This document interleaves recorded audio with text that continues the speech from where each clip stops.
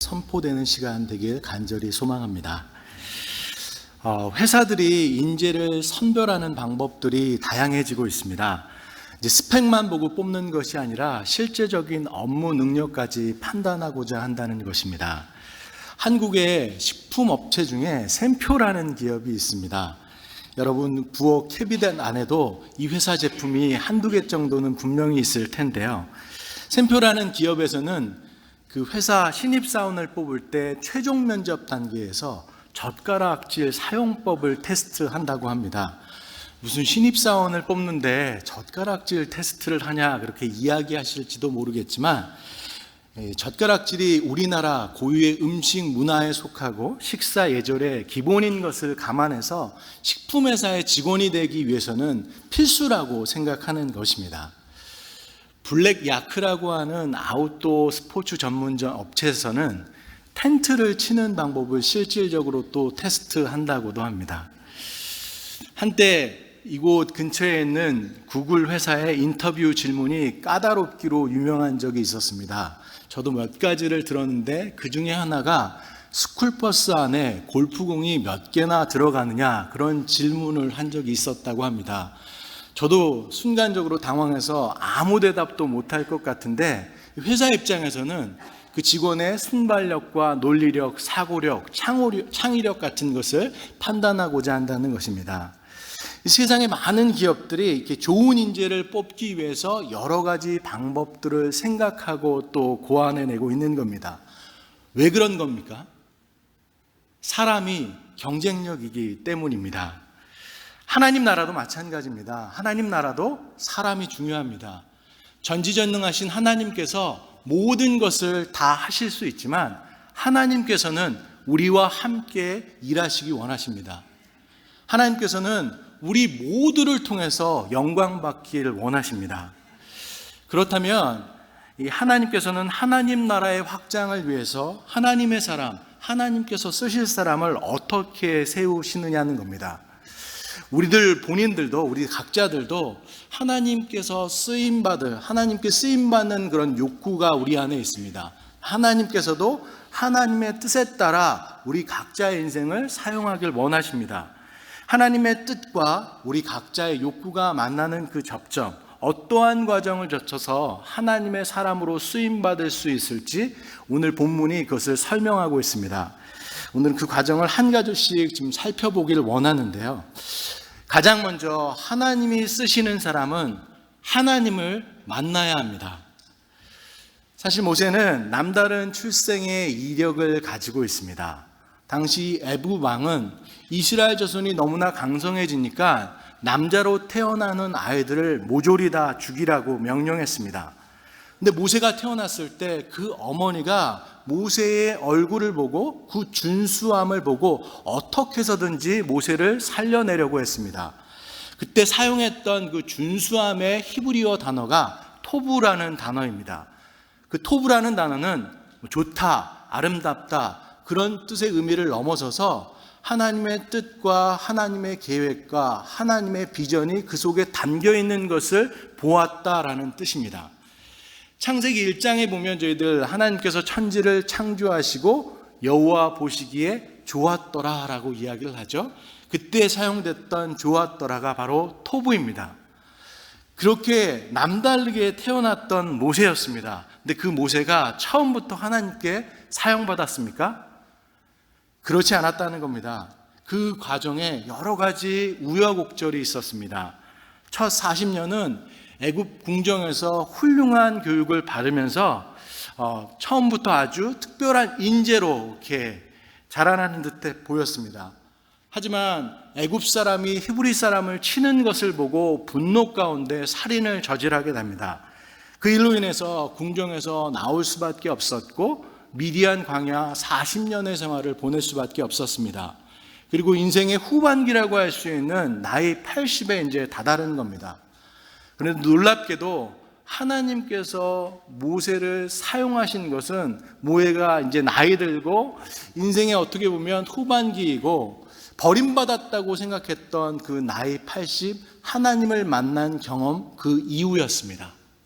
오늘 본문 3장 2절에서 4절까지 말씀을 제가 보겠습니다.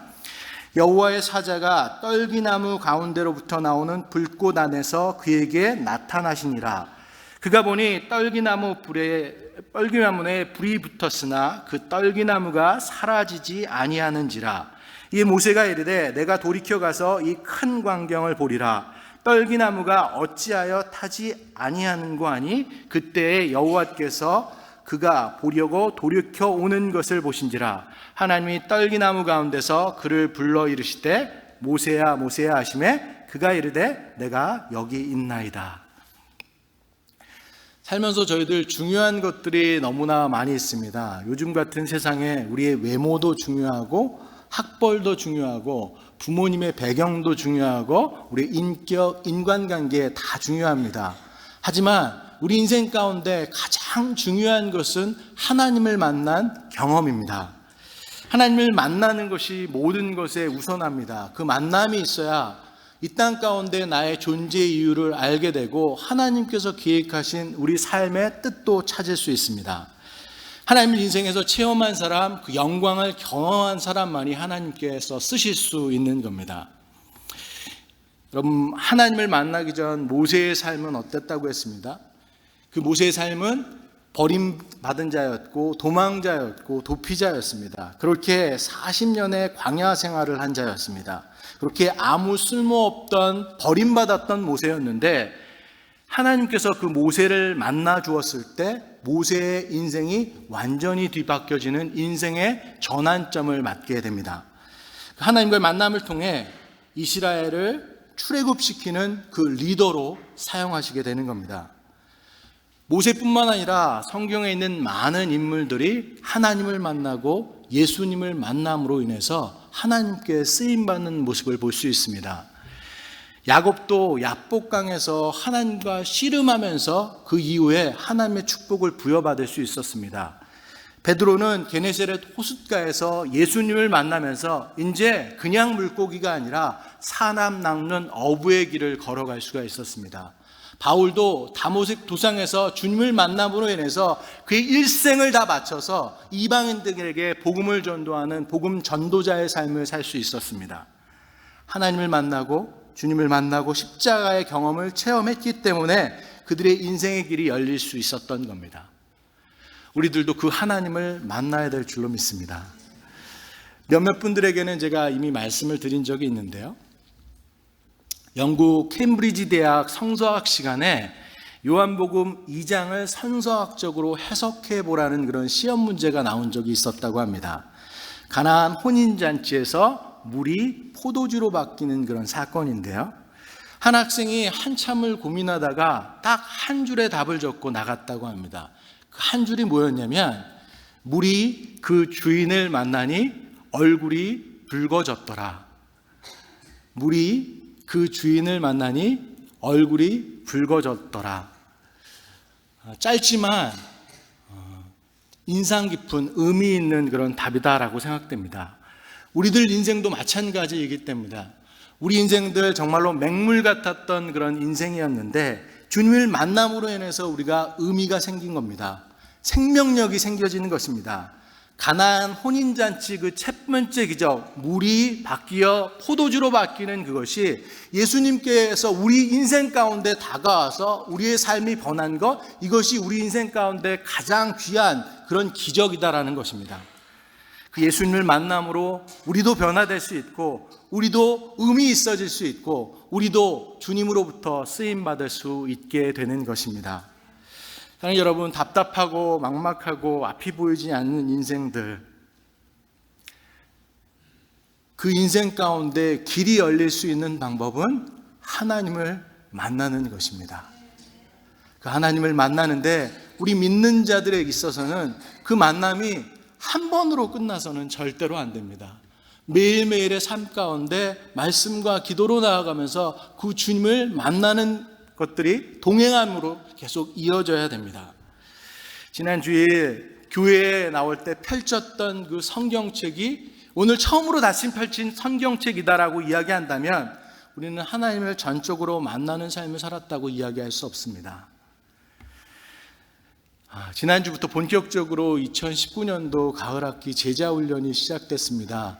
저도 기노스코 담당자로서 이제 제자훈련 시간에 참여하게 됐는데요. 첫 번째 시간을 같이 하면서 자기소개하는 시간도 가졌었고 10주의 과정이 다 맞춰지면서 자기가 기대하는 것, 소망하는 것이 어떤지 그런 것을 나누는 시간을 가졌습니다. 대부분의 사람들이 대답하는 것이 이랬습니다. 예수님을 만났던 그 뜨거운 경험이 있는데 오늘은 그렇지 못했다. 낙담되고 지금 힘든 그런 상황 가운데 있는데 다시 이 시간을 통해서 주님과 매일매일 교제하고 만남과 그 동행의 삶을 계속해 나가겠다라고 이야기하십니다. 분명히 그렇게 하나님께 나아가고 하나님과 동행하는 삶을 살고자 하는 그 사람들과 하나님께서 대화하시고 그 사람을 통해서 일하시기를 원하신다라는 것입니다. 워싱턴에 가면 링컨이 예전에 봤던 그 성경책이 이렇게 전시되어 있는 것을 저도 봤습니다. 성경책 속에 손때가 이겨져 눌려져 있는 그런 페이지가 이게 펼쳐진 채로 보관되어 있는데 그 성경 말씀이 시편 34편 4절 말씀입니다. 내가 여호와께 구하매 내게 응답하시고 내 모든 두려움에서 나를 건지시리로다. 링컨은 남북전쟁의 그 어려운 시간들, 하루하루가 정말로 힘든 그런 시간 가운데 하나님께서 반드시 내게 답을 주신다, 모든 두려움에서 건져주신다는 그 확신 가운데 그곳을 읽고 또 읽고 주님만을 붙잡으면서 하루하루를 나아갔습니다. 우리들도 그렇게 마찬가지가 돼야 된다는 거죠. 주님을 부르짖으면서 붙잡을 수 있어야 되고 주님께서 약속하신 말씀을 우리도 붙잡으면서 놓고 기도하며 나아갈 수 있어야 될 줄로 믿습니다. 그때 나를 붙들고 있는 그 하나님께서 우리를 도우시고 우리의 명령의 순종과 함께 우리는 하나님의 사람으로 쓰임받을 수 있습니다. 두 번째로 하나님께서 쓰시는 사람은 그 주님을 만나 하나님을 만나 우리의 신을 벗어야 합니다. 5절에 보면 하나님께서 당신의 부름을 받고선 그 모세에게 신을 벗으라고 이야기를 하는데요. 5절 말씀을 저희들 같이 한 목소리로 읽어보겠습니다. 하나님이 이르시되 이로 가까이 오지 말라. 내가 선 곳은 거룩한 땅이니 내 발에서 신을 벗으라. 신을 벗는다는 것 몇 가지 상징적인 의미를 가지고 있습니다. 첫 번째로 우리가 신고 있는 신에 대해서 좀 생각해 보길 원합니다. 신은 먼지나 오물을 묻는 성격을 가지고 있습니다. 우리가 거룩하신 하나님 앞에 설 때 우리 안에 더러운 것, 죄악된 것, 옛 것들을 다 벗어야 된다는 것입니다. 하나님께서 모세에게 신을 벗으라고 명령하신 것은 모세의 그 죄악된 부분들을 해결해 주기 위한 것이었습니다. 그것이 해결되지 않는 이상 하나님께 제대로 쓰임받을 수 없기 때문입니다. 모세는 사람을 죽였던 사람입니다. 그 죄책감이 그를 떠나지 않았습니다. 40년의 광야 생활 동안 그는 살인자의 그 누명을 쓰고 살인자라는 그런 죄명으로 계속 힘들게 살아왔을 것입니다. 그 무거운 짐을 벗으라고 하는 것입니다. 잘못을 뉘우치고 깨닫고 다시 회개하고 새로워지기를 원하셨다라는 겁니다. 하나님께서는 우리에게 죄의 문제를 해결한 사람들에게 새로운 것들을 약속해 주십니다. 이사야서 43장 18절 19절 말씀 읽겠습니다. 너희는 이전 일을 기억하지 말며 옛날 일을 생각하지 말라. 보라 내가 새 일을 행하리니 이제 나타낼 것이라. 너희가 그것을 알지 못하겠느냐?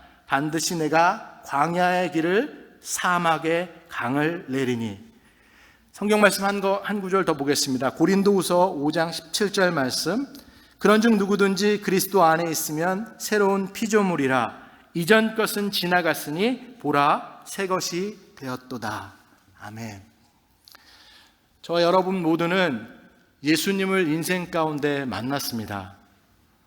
또 주님을 간절히 소망하는 마음으로 이 자리에 또 앉아 계신 분들도 계실 수 있을지 모르겠습니다. 그 예수님이 우리를 위해서 이 땅에 오셨고 십자가에 못 박혀 죽으셨습니다. 그 피 흘리심으로 우리의 죄를 사하여 주셨습니다. 우리는 그 예수님과의 만남, 그 예수님과의 연합을 통해서 이제 죄에 대해서 완전히 죽고 하나님께 대하여 산 자로 살아야 합니다. 옛사람을 이제 벗어버리고 새 사람으로 살아가야 됩니다. 그래서 하나님 앞에서 거룩한 그릇, 구별된 그릇으로 나아가야 됩니다. 여러분, 근데 참된 회개라는 것은 우리의 잘못을 그냥 고백하고 후회하는 것으로 그쳐서는 안 됩니다. 옛날의 삶, 옛 습관, 하나님보다 더 사랑했던 모든 것을 내려놓을 수 있어야 됩니다. 벗어버릴 수 있어야 됩니다. 무언가를 벗어버린다는 것은 참 어렵습니다. 각오하고 결단해도 또 그것이 힘들어지는 것이 우리의 모습입니다. 근데 정말로 중요한 것은 우리가 더 큰 것을 붙잡으면 그 나머지 것들은 시시해질 수 있습니다. 저희들 꼬마 아이들이 놀고 있다가 갑자기 TV에서 뽀로로가 틀어지면 아이들 노는 거 다 멈추고 뽀로로 화면에 그 TV 화면에 고개를 딱 집중해서 그것을 바라보는 것을 볼 수 있습니다. 우리가 정말로 예수님의 그 크신 사랑을 우리 마음 가운데 붙잡고 있고 우리 마음 가운데 그것을 다 차지하고 있다면 그 나머지 부수적인 것들은 시시해질 수 있습니다. 그렇기 때문에 우리의 잘못된 것, 옛 것들, 옛 습관 내려놓을 수 있습니다. 로마서 8장 38절 39절 말씀은 이렇게 기록합니다. 내가 확신하노니 사망이나 생명이나 천사들이나 권세자들이나 현재일이나 장래일이나 능력이나 높음이나 기쁨이나 다른 어떤 피조물이라도 우리를 우리 주 그리스도 예수 안에 있는 하나님의 사랑에서 끊을 수 없으리라. 아멘. 예수님의 사랑 그 어느 것도 끊을 수 없습니다. 그 사랑이 가장 큽니다. 우리 그 사랑을 의지하길 원합니다. 그래서 우리 잘못된 것들을 내려놓길 원합니다. 또 하나 신발을 벗는다는 것은 이제 자기 자신을 내려놓는다는 것을 포함하고 있습니다. 고대 근동사회에서는 자유인들만 신발을 신을 수 있었습니다. 종들은 신발을 신을 수 없었습니다. 이제 모세는 자신의 신발을 벗어놓고 하나님의 종으로서 절대 순종하고 나아가는 그런 결단을 하는 겁니다. 종은 누구의 말을 들어야 합니까? 주인의 말을 들어야 합니다. 이제 모세는 하나님 앞에서 자신은 완전히 하나님의 종됨 그리고 하나님의 말씀에 따라 순종하게 나아가겠다는 그런 결단을 하는 것입니다. 사랑하는 여러분, 저희들 이 땅을 살아가면서 우리들이 너무 많은 것을 하려고 할 때가 있습니다. 근데 내가 하면서 느껴지는 것은 무엇입니까?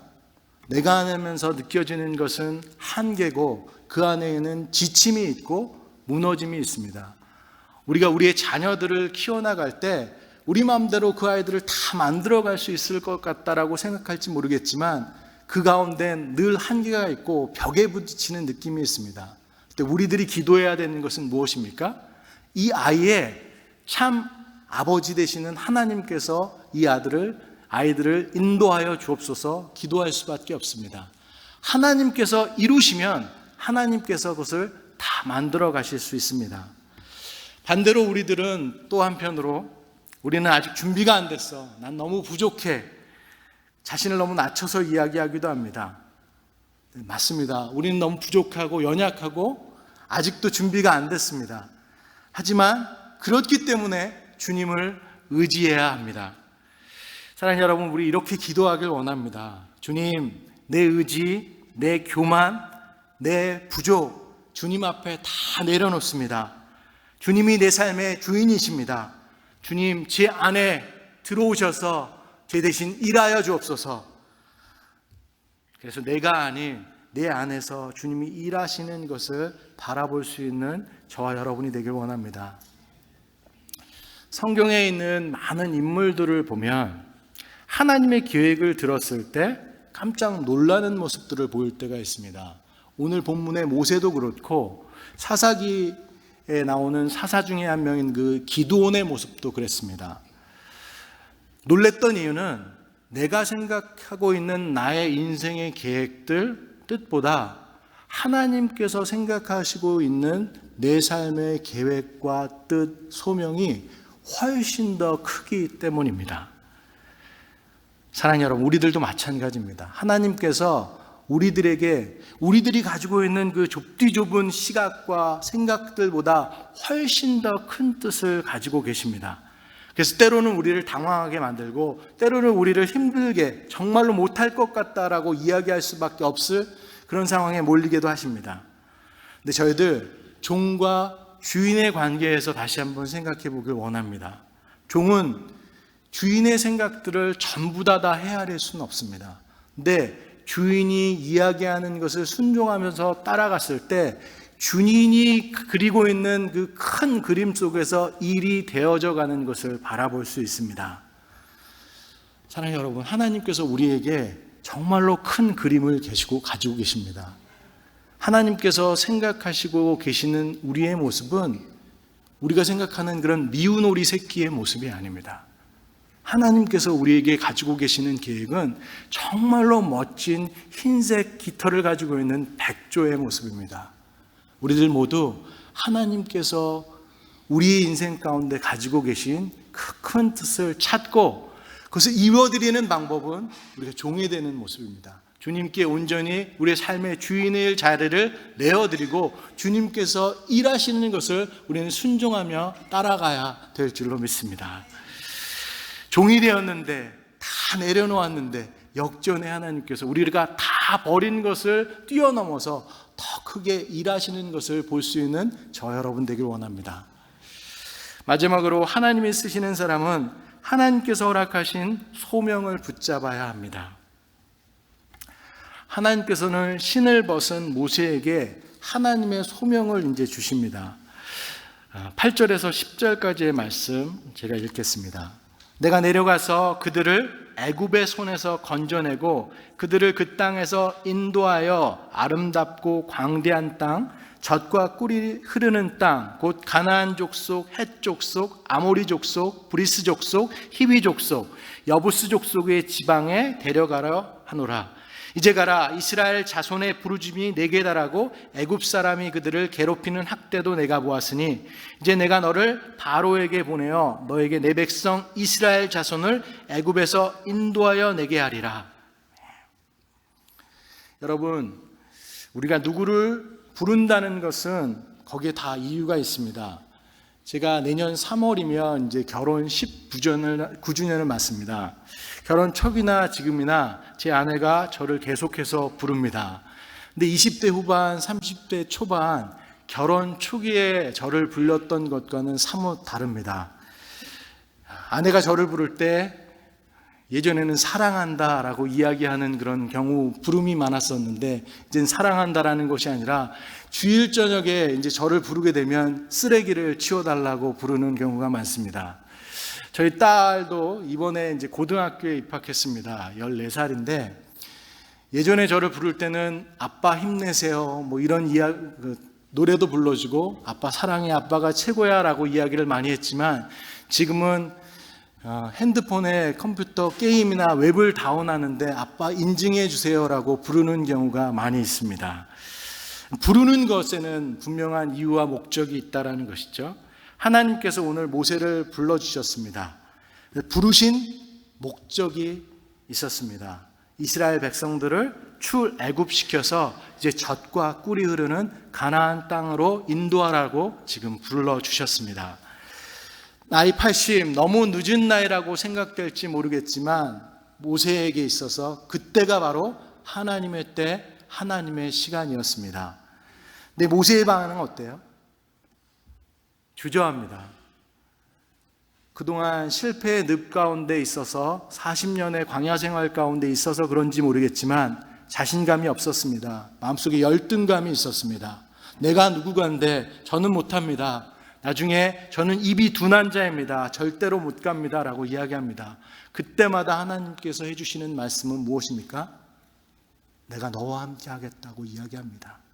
나를 의지하라라고 이야기합니다. 나는 스스로 있는 자라라고 이야기하십니다. 그리고 후에 말 잘하는 형 아론을 붙여주기도 하고 모세의 시종 여호수아를 또 붙여주시기도 하십니다. 사랑하는 여러분, 하나님께서는 우리들에게도 무엇을 하라, 너는 이런 사람이 되라 라고 나를 향한 소명의 말씀을 주시는데도 불구하고 저희들 또한 주저할 때가 있습니다. 그것이 때로 두려움일 수도 있고 때로 우리 가운데 깊숙이 자리 잡아 있는 열등감, 패배의식, 상처받은 자아 때문일 수도 있습니다. 그렇다고 해서 하나님께서 주신 그 소명, 그것을 포기할 수 있겠습니까? 그렇지 않습니다. 하나님께서 주신 길, 나를 향한 그 소명을 포기하지 않고 끝까지 붙잡아야 됩니다. 근데 하나님께서 우리와 함께 하신다는 그 확신을 가지고 붙잡고 나아갈 줄 믿습니다. 이렇게 기도하길 원합니다. 하나님, 난 못합니다. 나로서는 못하는 것, 하나님께서 함께 하셔서 그 일을 감당한 힘을 달라고 저희들 같이 기도하길 원합니다. 하나님께서 모세의 삶 가운데, 이제 출애굽의 여정 가운데 10가지 재앙 하나하나마다 모세와 이스라엘을 지키시고, 이 누구도 건널 수 없을 것 같았던 홍해를 마른 땅으로 건너게 하시고, 마라의 쓴물을 단물로 바꾸시고, 만나와 메추라기를 공급하여 주시고, 낮에는 구름기둥, 밤에는 불기둥으로 보호하여 주신 것을 볼 수 있습니다. 우리 또한 그 하나님을 따라가야 됩니다. 사랑하는 여러분, 소명을 감당한다는 것은 우리의 뛰어남이 아닙니다. 우리를 만나 주시고 우리를 품어 주시고 우리에게 능력 주시는 그분으로 인하여 우리는 다 존귀한 자들이 될 수 있습니다. 빌립보서 4장 6절의 말씀 저희들 함께 읽도록 하겠습니다. 아무것도 염려하지 말고 다만 모든 일에 기도와 간구로 너희 구할 것을 감사함으로 하나님께 아뢰라. 아멘. 저희들 염려하지 않길 원합니다. 기도와 간구로 나아가길 원합니다. 감사함으로 아뢰는 우리들 되길 원합니다. 우리 하나님께서 우리와 함께 하십니다. 결국 모세는 하나님의 말씀에 순종해서 이스라엘 백성들을 출애굽시키는 그런 리더로 자리 잡게 됩니다. 제가 좋아하는 한자 성어 중에 줄탁동시라는 한자 성어가 있습니다. 병아리가 알에서 깨어나오기 위해서는 어미 닭이 알 밖에서 쪼아야 되기도 하지만 동시에 이 알 안에 있는 병아리도 부리를 쪼아야 된다는 것입니다. 그 두 가지가 동시에 일어나야 된다는 것입니다. 그 동시에 일어났을 때 완전한 생명체가 온전한 탄생을 이룰 수 있다는 것입니다. 하나님과 저희의 관계도 마찬가지입니다. 하나님은 오늘도 지금 이 시간도 신실하게 우리를 위해서 열심히 일하시고 계십니다. 그렇다면 우리들도 그것에 반응하는 삶을 살아야 됩니다. 하나님께서 주신 그 소명을 붙잡고 우리도 도전하고 결단하고 하나님의 명령에 순종하면서 나아갈 수 있는 우리들이 되어야 될 줄로 믿습니다. 주님보다 절대로 우리가 앞서서도 안 되지만 우리가 주님보다 너무 뒤처져 있어서도 안 됩니다. 주님이 이끄시는 그 길을 순종하면서 따라가야 됩니다. 그랬을 때 우리 모두가 하나님이 쓰시는 사람이 될 줄로 믿습니다. 말씀을 정리합니다. 사랑하는 여러분, 우리 모두 다 각자의 인생 가운데 성공하길 원하고 쓰임받길 원합니다. 근데 그 첫걸음은 하나님을 만나는 것입니다. 하나님 없이 우리의 계획, 우리의 비전 어떠한 것도 의미 없습니다. 하나님 오늘 이스라엘을 구원하고자 원하셨습니다. 모세를 부르셨습니다. 모세를 준비시켰습니다. 그 하나님께서 오늘 우리를 부르십니다. 우리야 만나주길 원합니다. 우리도 그 만남을 통해 하나님의 부르심에 합당한 삶을 살아야 됩니다. 매일 말씀과 기도로 하나님께 나아가고 우리의 신을 벗어서 우리 옛 습관들 다 벗어버리고 내가 할 수 있는 것이 아니라 주님을 주인 삼는 우리들이 되어야 될 줄로 믿습니다. 그리고 주님이 주신 그 소명 붙잡길 원합니다. 내가 가지고 있는 생각들은 요만큼밖에 안 되지만 하나님께서 우리 삶 가운데 계획하고 계신 그 뜻은 백조와도 같이 너무나도 아름답고 크신 뜻입니다. 그 소명을 절대로 놓치지 않는 우리들 되기 원합니다. 줄딱 동시와 같이 하나님께서 일하실 때 우리도 동시에 같이 일하길 원합니다. 그래서 하나님께서 이 시대에 쓰러져가는 이 시대에 교회를 일으키고 하나님 나라를 확장해 나가는데 다 같이 쓰임받을 수 있는 하나님의 사람들 다 되길 원합니다. 그 모든 것 함께 나가는 저희들 모두 새누리 공동체 되길 원합니다. 기도하시겠습니다.